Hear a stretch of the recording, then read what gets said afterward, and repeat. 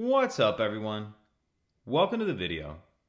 Today we're going to take a look at how to replace the battery in this Volkswagen Smart Key remote fob. So this remote key fob is going to be for the Volkswagen vehicles that have a push button start ignition, and it's going to use replacement battery CR2032. The other thing we'll be using is a small flathead screwdriver. The first thing we want to do is remove the emergency key that's in the top of the key fob. That's done by pressing this release here, and then the emergency key will slide out like that. Now what we want to do is hold the fob with the buttons facing down. We're going to grab our screwdriver, and this is the slot right here that emergency key just came out of.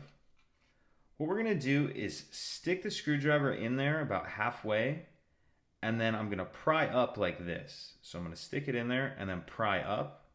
And as I do that, it's going to pop this back cover up. So stick your screwdriver in there and then pry up. Once you have it popped up, go ahead and pull that back cover all the way off. And now we can see our battery right here.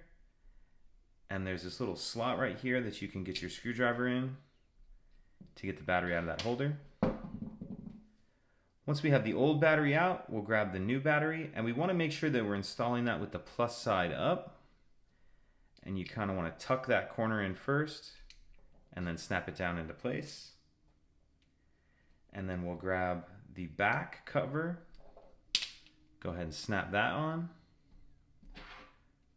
Put our emergency key back in, and that's it. If you have any questions, please let me know. If you could take a second to like and subscribe, it helps us out, and I'd appreciate it. Thank you.